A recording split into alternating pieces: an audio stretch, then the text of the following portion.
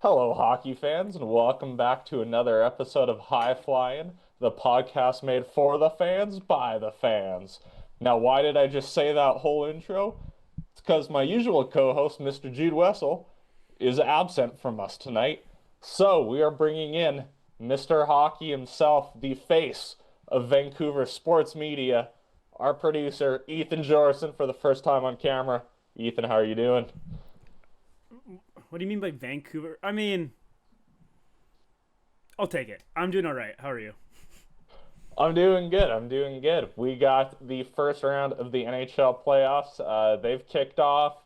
We had the draft lottery. There's lots of news to talk about. We're going to try and keep this a fairly quick update so we can do a deep dive on Sunday once Jude is back. But have no fear. You know what I find interesting about the National Hockey League, my friend? What's that, buddy? Is that whether they're in the playoffs or not, I never understood why every time you turn on TSN or Sportsnet, no matter what's going on, 365 days a year, there always seems to be talking about the Toronto Maple Leafs. Until you sit in this chair, then you realize there's kind of always something going on, for better or for worse, with the Toronto Maple Leafs. Yeah, it's always kind of seems and it's never good. It's never good. It's always a little. It's always bad. There's always hints of bad in the news that they get. Yeah, I'm sick of hearing about them, but it's the most famous hockey market. So what are you gonna do, right? We'll get it out of the way super quick then. Toronto Maple Leafs. This is probably partly why Jude decided that he could not be here tonight. He's at home with depression, based on the results of the recent draft lottery. If you have not heard, which everyone who listens to this probably has heard, the Toronto Maple Leafs will be selecting first overall in this year's NHL entry draft. But let's bring it back to just before this draft lottery. A new general manager has been hired in John Chayka. Ethan, what's your take on John here? So I don't know shit from anything. There's a reason why I produce. I don't know that much information. Um, but all I know is this guy is on wank. I heard about what he did when he was younger in Arizona, or was it Phoenix at the You're time? correct, Arizona. Yeah, was it called Phoenix Coyotes at the time? No, no, Arizona. They were called Phoenix at one point, right? Yes, but not in the John Chayka days. We're already at Arizona at this point. Oh, okay. So yeah, I know that he shit the bed there, owns Wendy's or does something with Wendy's, and then he got flamed by some reporter in Toronto. That's all I know, man. And so him getting flamed by that reporter is basically, I think, how his tenure in Toronto is gonna go. This this general manager hire, I don't understand. A little bit of background for Ethan and all the fans who don't know. He was the general manager of the Arizona Coyotes for 4 seasons. Throughout those 4 seasons, he had a losing record. I think it was like 137, 147, and 68 or something. I looked at the numbers before, but he had a losing record with the Arizona Coyotes. During his tenure, they only made the playoffs one time, and you can put an asterisk beside that because it was in 2020. They made the play-in round for the bubble for their division in the NHL bubble there, and obviously that didn't really go anywhere. So the first thing I don't understand about this hire as a general manager, if you take away the negative scandals surrounding John, which we can get into a little bit more, he has had absolutely zero success uh, as a general manager in the National Hockey League. The only good thing is he was 26 at the time he got hired. He's the youngest general manager ever in NHL history. So hopefully there's been a lot of growth in both development in his personal life and his hockey knowledge. It's a little bit wild to think I'm 26 years old right now. I cannot imagine running an NHL team. Although, if I did, I'd probably do a better job than John Chayka. So somebody give me a call. Yeah, Um, I was talking to my uncle about that. I'm 25 now, and he was a year older than me, running a fucking hockey team. No, That no, there's no way. Like that's just unfathomable for me. Like that's just I don't even know what I'm gonna eat for lunch tomorrow. Like that's just crazy. Anyway, if you see me looking right or left, I still got my producing job to do. I gotta pull stuff up and stuff like that. So Yeah, big shout out to Ethan. Let's give him a round of applause. He's wearing multiple hats tonight, wearing multiple hats. And yeah, I agree with you. Do I think realistically that I could run a National Hockey League team? Probably not. That being said, I've had some few fairly competitive seasons on Shell playing franchise mode. Um, however, for those who don't know the negatives of John Chayka, he left the Arizona Coyotes one day before they were supposed to travel to Edmonton for the bubble to kick off their play-in round. He resigned from their general manager position. There was an investigation done to him, and he claimed to be pushed out by ownership, which I think that's just a bad look if you leave your team one day before the alleged playoffs. Once again, we have to put an asterisk around that season. Um, and also, he did it to interview with other teams, specifically the New Jersey Devils, when he still had 3 years left on his contract, which he can't do. That's not allowed. You can't be under contract when you have obligation to a team and leave them and discuss signing somewhere else. So shame on him. He was then suspended from the National Hockey League for 1 year, which is well deserved, and he has never been part of the National Hockey League ever since. The other scandal they found is he was doing pre-combine testing in 2020 on draft prospects from the CHL. For those who don't know the rules, you cannot do physical testing until the combine. It needs to be that public space so each team gets the exact same information. And Arizona decided that they, under the guidance of John Chayka, oh, we're just going to blatantly ignore that rule. So what Toronto really got is a guy who loses a lot, who's also a liar and a cheater. That being said, it's the Toronto Maple Leafs, so I'm not complaining. exactly. However, with their luck yesterday, it kind of just balances it out. So Yeah, so here's my take. Here's my take on this. So we can get into the Vancouver side of it in a second as Ethan's decked out in Vancouver gear. But Toronto in the past 10 years has missed the playoffs 2 times.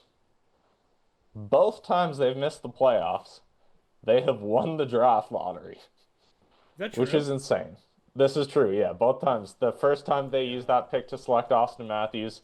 The second time is this upcoming draft, which they will most likely take Gavin McKenna. Gary And Bettman's doing some fucking. I'm not gonna say anything, but carry on. and so this is where I was kind of going with it. I'm glad you're on the same page. Is I have never liked the notion that professional sports are fixed or rigged. There's people that tell me all the time. You especially hear it with the NFL more than anything that the NFL has a script. There's a bunch of memes about that now. Um, I don't think anyone with a competitive edge of a professional athlete would or a businessman, anyone in the spirit of competition would rig the outcomes of any sporting event. However, there are two sporting events now that I'm really, really close on the fence saying that these are fucking set up. One of them is the FIFA World Cup draw. Oh The yeah, second one, yeah. the second one is the NHL Draft Lottery. If somebody told me like, yeah, this is the evidence that they're rigged, I think I'm jumping ship and going, someone's doing some manipulation here. I don't know about you, but that's where I'm at with those two events. Well, wasn't the draft after the whole Kane and Taves like dipped from Chicago, like that insane duo dispersed from Chicago? Was it that the same the draft following that? That the same draft where they got Bedard first overall?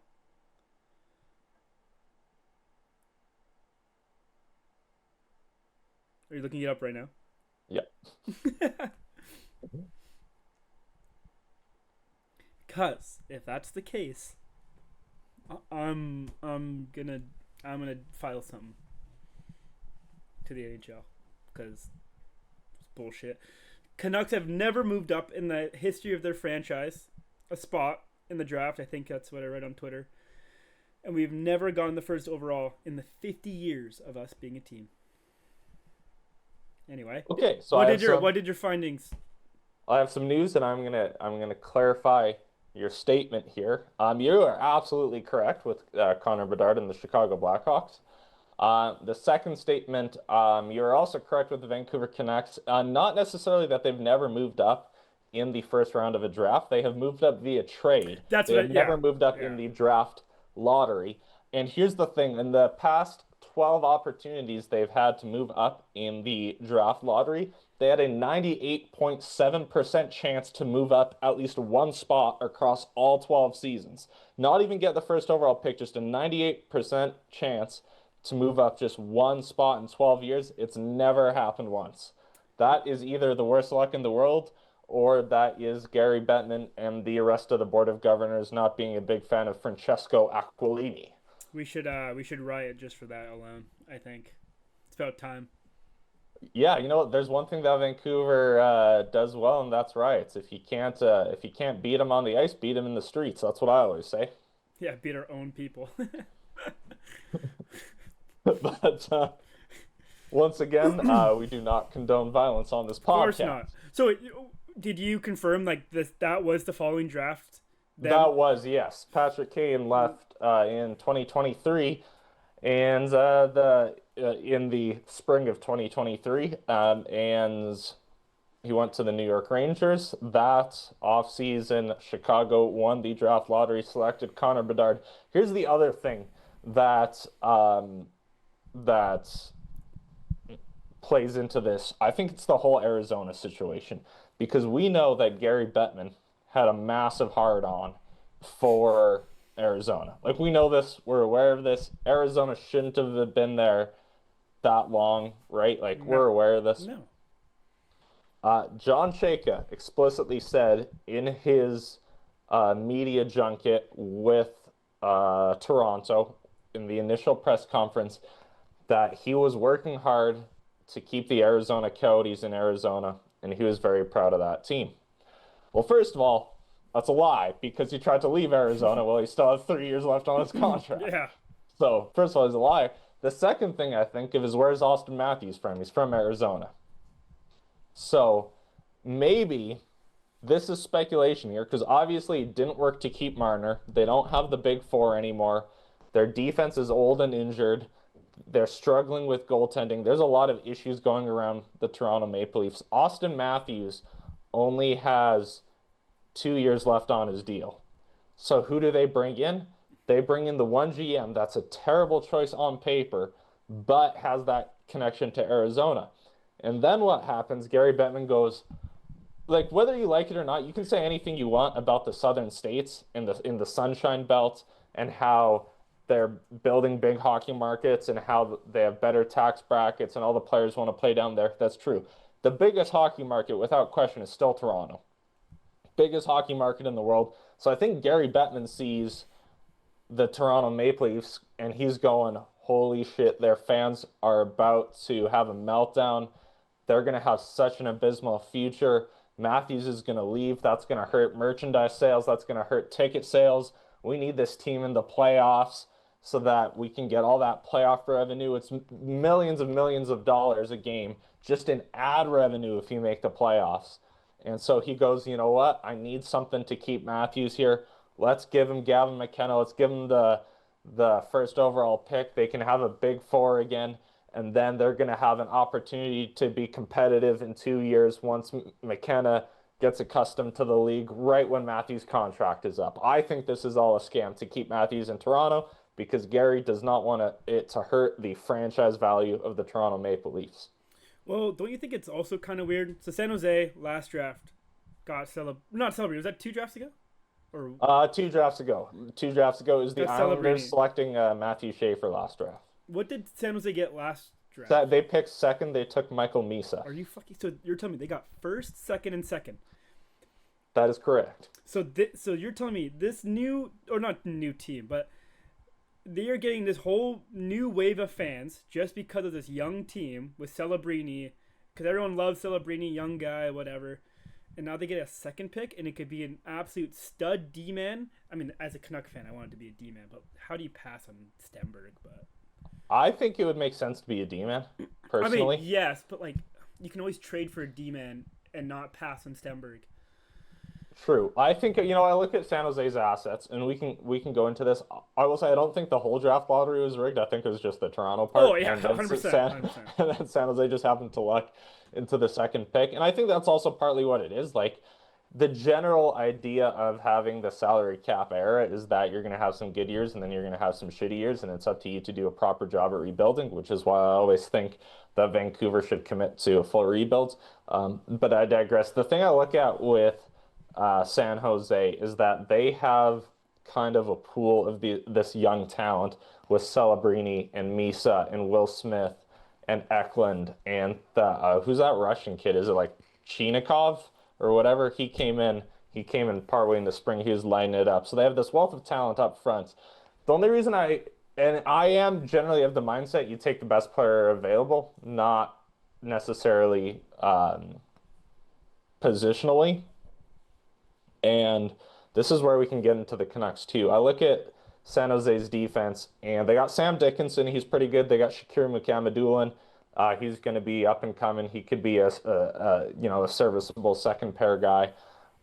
With that team, though, I don't think they necessarily have the assets to go out and acquire a top end defenseman or a top end defensive prospect unless they do it in free agency. But this is also the probably the worst free agent class we've seen in the last 10 years because all the big names have already re-signed. Cap's going up $8 million. That may help them out a bit.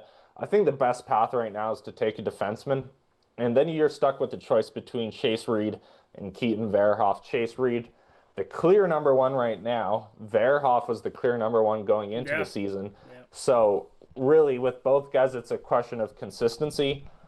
I'm under the impression that everyone has Chase Reed valued higher right now. So if I'm San Jose, I would pick Chase Reed. If they take Stenberg, is it the end of the world? Probably not. Like they're already competing for a playoff spot in a very weak Pacific Division without whichever player they're going to add. If you can take a top three defensive prospect, I think that's always going to help your team better than hurt. I think of the example I think of is taking Aaron Ekblad first overall. Leon Draisaitl was in that draft class. Sam Bennett was in that draft class. Sam Reinhart also in that draft class. They were the next three picks. But it worked out really well for Florida to use that first overall pick. Maybe not on the best outright player throughout their career, but you do need really a D-man not to be the best player on the team, but just someone who you can trust to play hard minutes, long minutes, especially when you hit the playoffs, and most importantly, to not make mistakes. They don't need to be creating plays and generating offense, but they can't be making mistakes defensively. Now, of course, Verhoff and Reed are both guys that can generate offense. For me, I think it makes sense to take a defenseman if you're the San Jose Sharks. Yeah, I mean, as a Canuck fan in the position we are in the draft, I am praying that San Jose takes a D man. Makes sense for them to take the D man, but I mean, if there's one thing you gotta be as a Canucks fan, is not to have hope because they will crush you. And I was crushed yesterday on my way home. I was on my way home from work listening in, and I was pissed. Anyway, what I'm trying to say is, I just can't see. Because think if Sundin takes a Swede brother like Stenberg, then McKenna falls to second, right? Do you pass on McKenna? I think you need to take Gavin McKenna in that case. That's what I'm saying. Just because I think centers. Well, McKenna's a winger, though, actually. Oh, that's a tough one because if he was a center, I'd say centers are valued much higher positionally. But also, if they pass on McKenna, which they're not going to do, like if you watch the draft lottery, right? I turned it off as soon as I found out we got third. Okay, so like they literally have McKenna watching on the screen. They're talking to McKenna. They're getting his live reaction to the draft lottery. So I think Was clearly he happy? he looked very unhappy. Let me Unhappy. tell you, he did not have a smile on Well, his face. he was in Kelowna. Because I listened to it before. They're asking, "Oh, where are you right now?" He said he was in Kelowna training. I'm like, "Oh, is that a sign?" But no, it wasn't a sign because we got third. But anyway, sorry to interrupt. No, that's okay. And I find it interesting. That's the other side of it. You can go from a player's perspective is I don't know if I'd want to play in Toronto. Fuck no. Obviously, I don't have the competitive edge of a National Hockey League player, but like financially, it makes zero sense to play in Canada, right? Yeah. So for a guy like Gavin McKenna, you're going, okay, um, where is there a sense of familiarity? He played his junior hockey in Regina before he went to Penn State. So it's like, okay, any Western Conference Canadian team, there's a little bit of familiarity with that market. The only reason you go to a Toronto or a Montreal in that situation, I think, is just for the history, right? Like there's some players that are really drawn to playing on one of those two original six teams. Personally, Montreal right now, they're flying. Oh, I have so the fun game to on watch. behind me. So fun to watch. Yeah, so fun to watch. I have the game on behind me. We can get to the playoffs in a second. They're losing last time I looked. Yeah. I don't know if I'd want to go to Toronto. It's been a 50-year headache to be in Toronto. Yeah, and I mean it's kind of insane how they lost Marner and now they get the first overall. Anyway, that's conspiracy. But like just seeing like the fan base is so toxic. Like I feel like you see so much hate towards the players when they're doing bad and like little praise when they're actually doing good. So like mentally, I don't know. I mean, you can say mentally they're getting paid millions, like, but still mentally, like, how do you? I don't know how you can play for a fan base like that. That's always gonna ridicule you, even if you're doing okay. I don't know. Yeah, and that's the other thing. You think about all the media attention with Toronto, all the pressure that was on those core four guys. Marner goes to Vegas and he's absolutely lighting it up right And you don't now. hear a And word. you You don't don't hear hear a about him. word. Exactly. Exactly. It's perfect. Like he has zero pressure on him. He can just focus on the hockey. There's not any of these outside distractions. Vegas probably has its own set of distractions, but at least no distractions from the media, right? Yeah. So like sure there's something to be said about maybe a John Tavares wanting to go to Toronto because that was his childhood team or Max Domi wanting to play for the same team as his dad, but unless you have that cultural tie to Toronto, I can't imagine many guys in this day and age of the National Hockey League that want to spend a lot of time with the Toronto Maple Leafs. Yeah, and I mean, I'm pretty sure I heard this. I don't think Gavin McKenna playing for a Canadian team is like a bad thing for him because recall him saying he would want to play for the Calgary Flames. Not sure why, as UConn is above BC, as we all know, of course.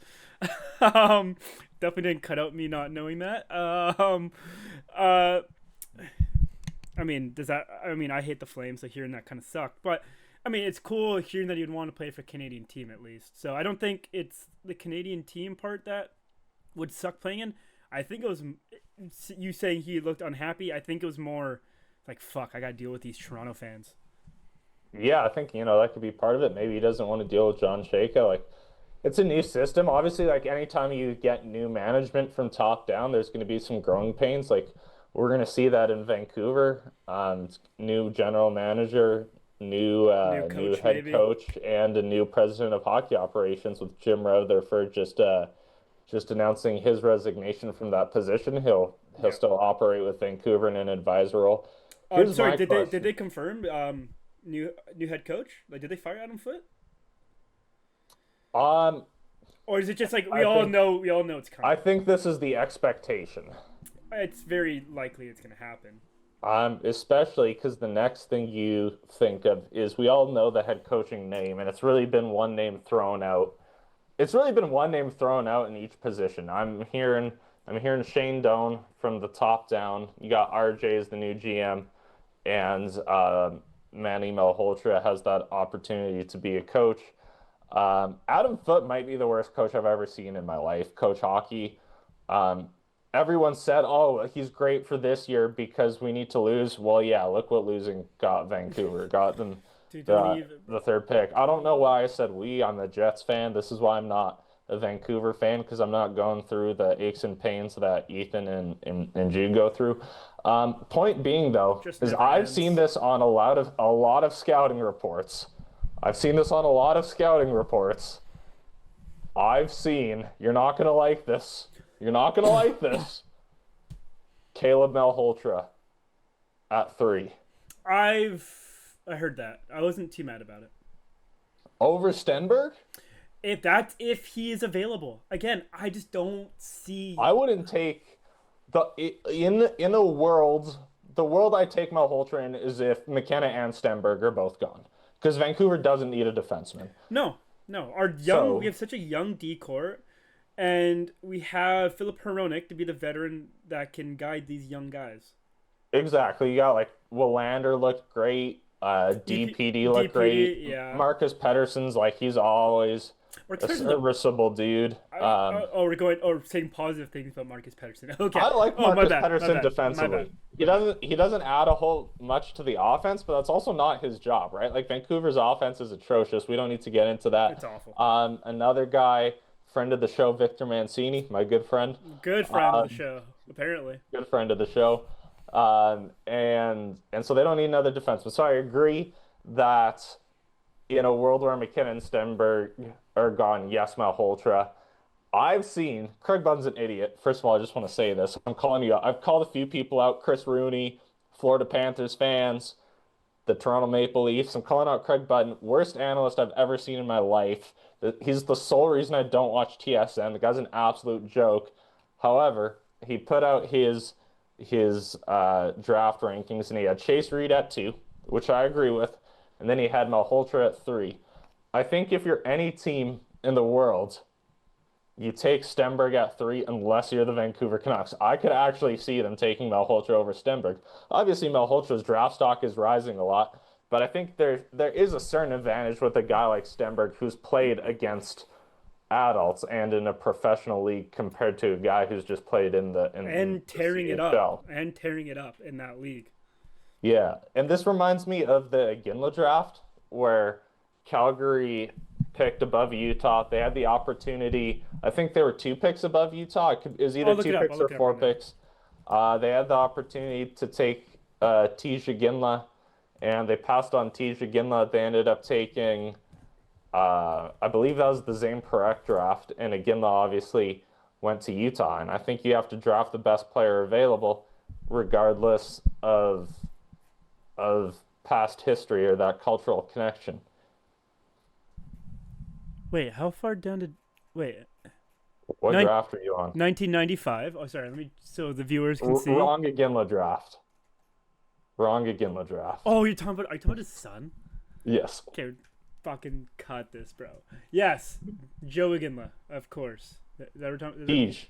Joe's the other son. Joe's Oh, right. Joe- Yeah, Utah, right. Yeah, he's a fucking beast. yeah, TJ boy, yeah, he got taken by Utah. He's playing in Kelowna right now. Yeah. I want to say that Joe's playing in Vancouver right now. Actually, I think he just got traded there from the Edmonton That's Oil right. No, Kings. that's right. Yeah, that's... Vancouver I actually Giant. got to go see him play. He's not draft eligible until next year. But yeah, the TJ Ginla draft could have gone to Calgary based on that Calgary had his father for many years, and they ended up passing on for Parekh. And I think that's the right move. And I think you got to take the best player available. So for me, no matter what the situation is, I do think Ivar Stenberg is the better player. And I think if you're the Vancouver Canucks and you have the opportunity to take Stenberg, I think you do it regardless of what happens with Malholtra. So that's just my 2 cents about it. Yeah, I mean, well, if we're saying that Malholtra might be Manny Malholtra might be coach, it would be kind of weird to have his son on the team. A little family conflict. Yeah, I'm trying to think of the last time a father and son coaching duo would have happened. Let me And Google. I think it would have been in Winnipeg with Dave and Adam Lowry. I think would have been the most how did that recent turn one. out? I mean, Dave was only there for 1 year, so not well. But then we got Rick Bowness after, and that turned out really well. You know what I don't like about us getting Rick Bowness though?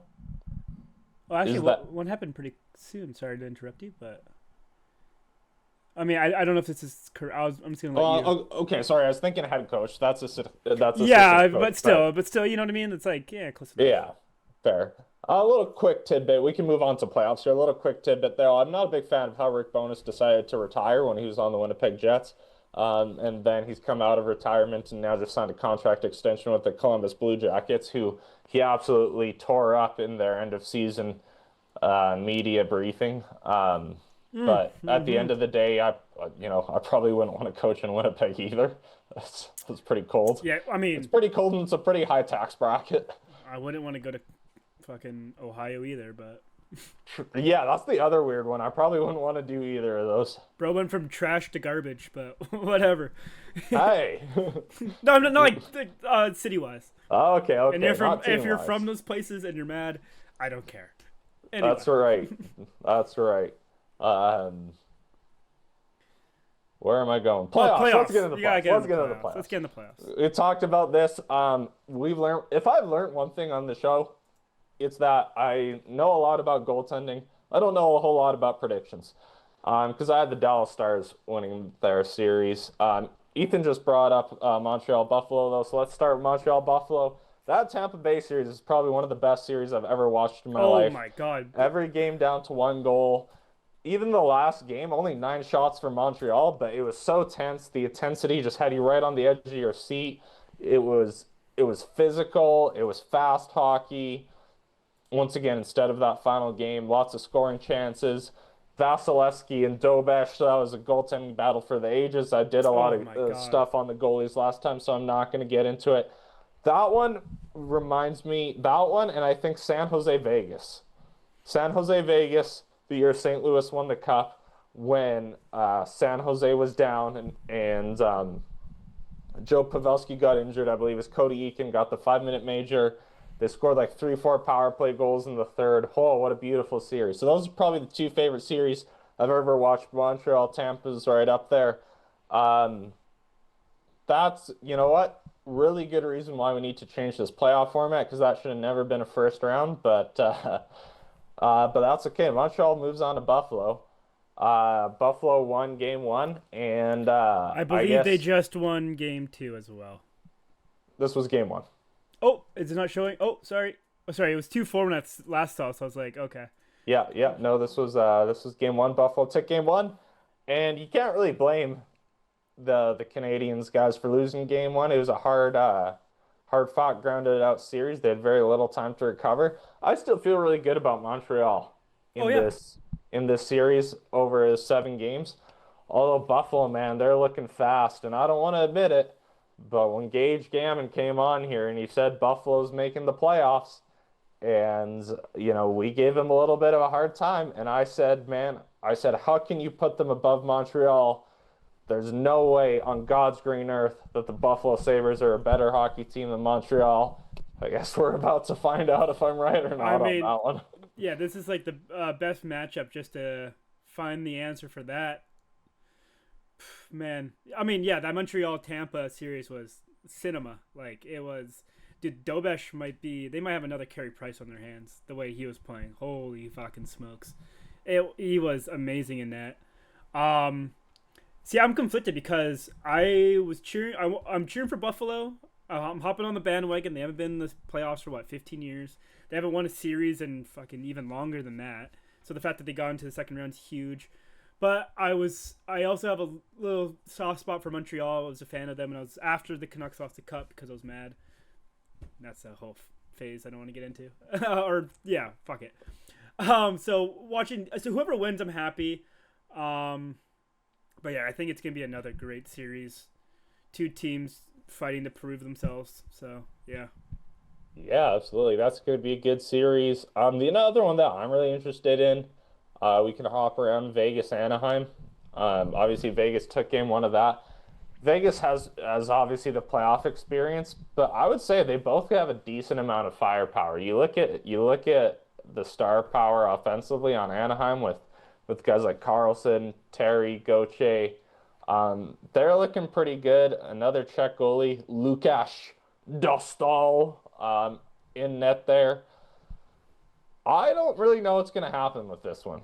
And the reason I say that is because on paper, I do think Vegas is the better team, non-goaltending wise. I mean, they're playing right now, and Oh yeah. But like Vegas's goaltending has been abysmal all season at the bottom of the league. I can't remember if it was exactly the league worst in terms of stats, but I believe they were bottom five.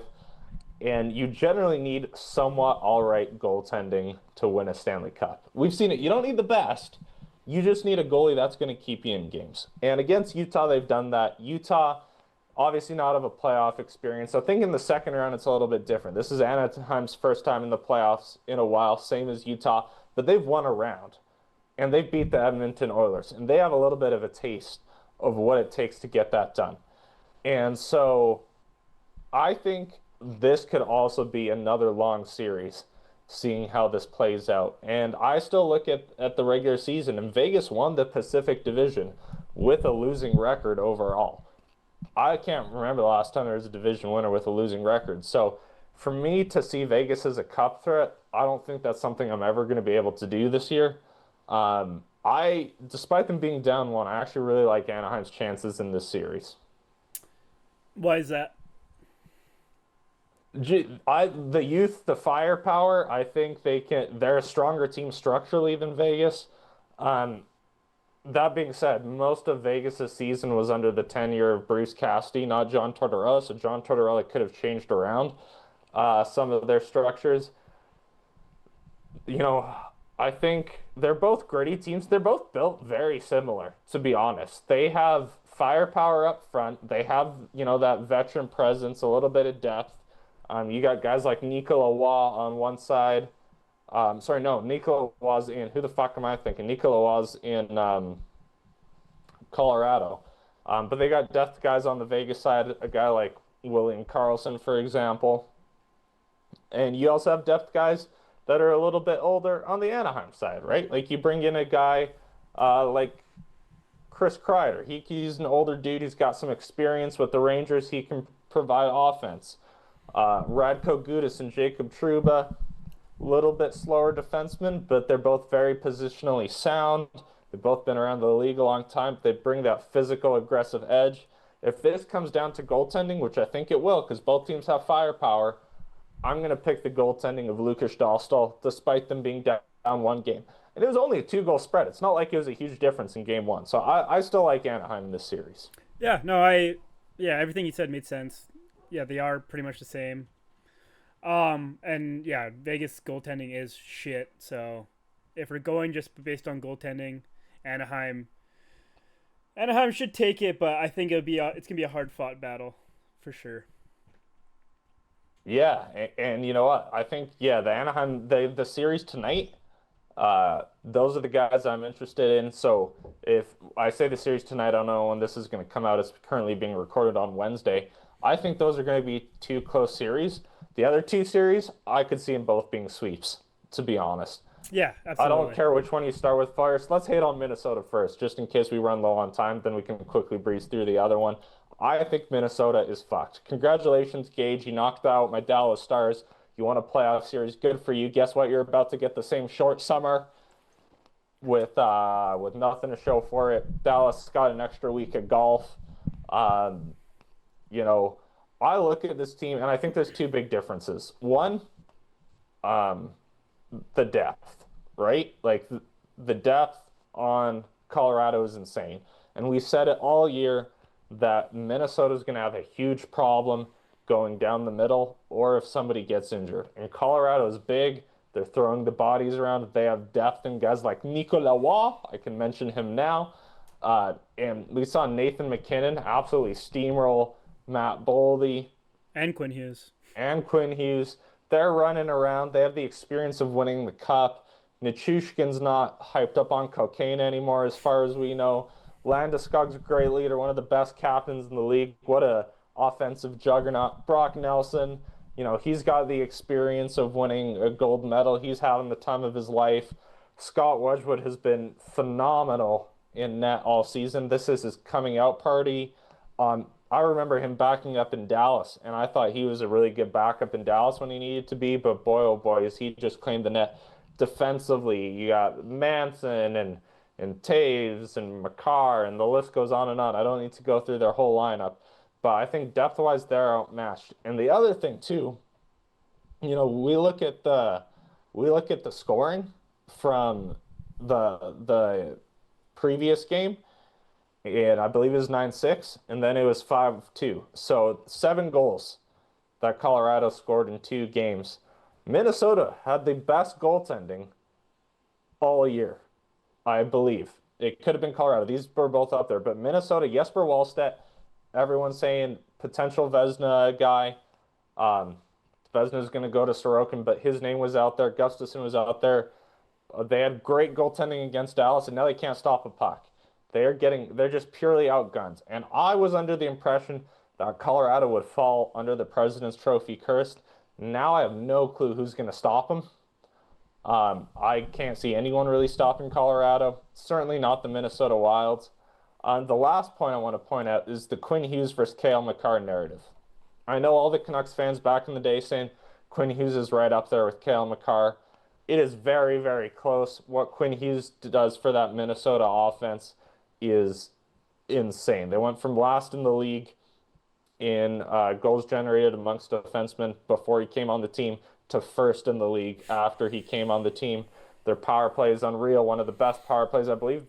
Them and Buffalo, two of the best power plays in the league post the Quinn Hughes trade. There's 2 problems I have with him compared to Cale Makar. One of them is he doesn't have the grit. We're learning in this series that Makar's going to go in the corners. He's going to win puck battles. Makar gets in front of shots. Maybe you don't want Makar getting in front of shots. But Quinn Hughes plays a very clean, low-impact game. You don't see him get into shooting lanes too often. You don't see him win pucks in the corner too often. And the other issue is Quinn Hughes is playing an insane amount of minutes. Their systems rely so heavily on him.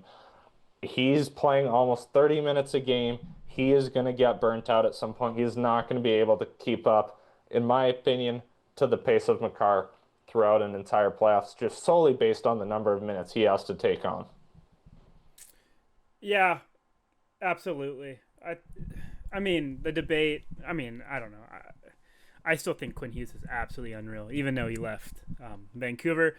But yeah, Cale Makar definitely. He's definitely more gritty than Quinn Hughes for sure. He's willing to get himself down and dirty. That sounds wrong, but you know what I mean. When he needs to put his body on the line for the team. And I think playing Quinn like 30 minutes a game, man, like that is just, you're just asking for him to get hurt. You're just asking for it. And then you're screwed. Like if he gets hurt for the rest of the series, you're done.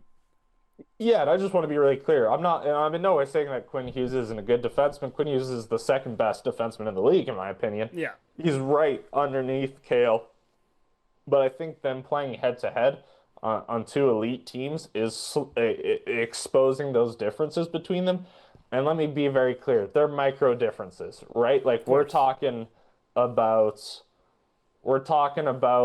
like, these 2 guys are on the top of the mountain, whereas every other defenseman in the league is only like three quarters of the way up. You can't even see them. They're too far behind to see, right? Yeah. So like I want to be very clear about that. But I do think there's no angle in this series that Minnesota has positioned themselves to win. You know what I think would be really cool though? If you had Colorado, Montreal as the Cup final, do a little Patrick Waugh Bowl. Oh, because he played for both teams. Yeah, right. Yeah. Yeah, he started with Montreal. He won some cups with them. They left him in goal. He also coached the Avs, didn't he? He did coach the Avs. Yeah, coached the Avs. He started a fight with, I want to say, Bruce Boudreau in his first game. It was against Anaheim. I think Bruce was the coach at the time. Leave Bruce alone. May have been Randy Carlyle. Come to think of it, it was one of the 2. I just remember him trying to knock over the glass. I love Patrick Waugh as a coach. He's never really had great tenures as a coach. Even with the Islanders, like I didn't really understand that firing, but we already talked about that. But I think it would just be cool. Let's see those 2 teams go at it, which leads us to the final series, Carolina, Philadelphia. And Carolina, I believe, has not trailed in 10 games now, which is wild. That goes back into the regular season. That is insane to me. Frederik Andersen is having the best playoff numbers of his career. The argument against Carolina is that they are a little bit of a smaller team. I don't think it matters. Logan Stankoven has had a goal per game in the playoffs. He's playing unreal. Svech is firing on all cylinders. Aho's looking good. Nikolai Ehlers is out there. Jordan Stahl's playing really well. There's what's his name? Jackson Blake. Jackson Blake is looking like an absolute stud. And we talked about Philadelphia getting through with Rick Tockett's style of gameplay against the Pittsburgh Penguins. Rick Tocchet has great systems for the playoffs. He builds playoff teams. That's his specialty. I think they're just outgunned, to be honest. I think this is just the talent discrepancy. You look at Pittsburgh and Philadelphia, and I believe point-wise they were the seventh and eighth best teams in the Eastern Conference point-wise, going up against Carolina, who is the top team in the Eastern Conference point-wise. Another reason you should change the playoff format, because this is kind of like a 1 versus 8 series, which should happen in the first round, not the second round. Full credit as well to Rod Brind'Amour. Brendan Bussey played insanely good in the regular season. He came out of nowhere. He won the starting job. Obviously, Freddie Anderson was dealing with some injuries, and Freddie Anderson had one of his worst years of his career. I believe the lowest numbers ever in Carolina this season. And Rod Brind'Amour goes, I'm not going to take the young guy with the better numbers. I'm going to give it to my veteran goalie who's been in this spot before. I believe he can rise to the occasion. Frederik Andersen, to me, has been the best goalie of these playoffs so far. I know we've mentioned Dobesh and Vasilevsky and Scott Wedgwood. To me, it's all Freddie Andersen. So what an instinct by Rod Brind'Amour, Campbell River Zone, to make that call. I really like everything that he's doing in Carolina. I think he's a great coach, great systems. We'll see what happens. Will it be Carolina Montreal? Will it be Carolina Buffalo in the next round? I don't know, but I'm betting it's going to be Carolina someone, and I'm betting they're going to do it in 4. Yeah, Carolina is absolutely flying right now, and they're fun to watch, man. I think after Montreal's so fun to watch. Carolina, for me, is the next team that is just, they're so fun to watch. Fast. They've moved the puck extremely well. And I think, they're pissed. They've made it almost so close to the Stanley Cup Finals, and they've just fallen short every single year. And it's just, I think, and if they keep doing what they're doing right now, I think they're punching their ticket to the Stanley Cup Finals. Are they going to win it? I don't know, but they're looking mean out there. And the fact that you said they haven't trailed a game in 10, I believe it's 10 games now. Yeah, I believe it's 10 games. I mean, that just solidifies what I'm saying, that they're just. Actually, It is 10 games. It is 10 games because I was watching game 1 and when they said 9 games during game 1. So then game 2 it was a couple then game days 2, ago. yeah. Yeah, makes sense. Yeah, so that just, further solidifies what I'm saying, is that they're on a one-way ticket to the Stanley Cup Finals. If they don't make it, if Buffalo and Montreal beats them, I won't be that surprised, but I mean, I'd be kind of shocked because they just how they're playing and what they're doing right now is phenomenal hockey. And you know what? I would like to see them in the Stanley Cup Finals because I think they deserve it, truly. So. Yeah, especially if Buffalo and Montreal is another long series, like you're going either 6 or 7 games, depending on who comes out of that series. And if it goes to 7 again, you've played 13, 14 games of hockey coming out against a team that's likely going to have played 8. They're much better rested. I think that's going to be a really tough team for Carolina to get through. Could be the easiest path to the finals we've ever seen, going from Ottawa to Philadelphia and then potentially Buffalo. Ottawa's a joke. And so like at the end of the day though, I think we mentioned this last episode, they don't ask how, right? They're just going to look at the numbers and they're going to say, wow, this team won a lot. This team made it far in the playoffs. How far? Only time will tell. They're not going to ask how they got there, but I do think the alignment this year definitely plays into Carolina's favor. Absolutely. And the only reason I say Buffalo in that situation and not Montreal is just because I think Buffalo has not necessarily met a team where they're outmatched against skill-wise yet. Like, I think Buffalo had more skill than Boston going into it for sure. Yeah.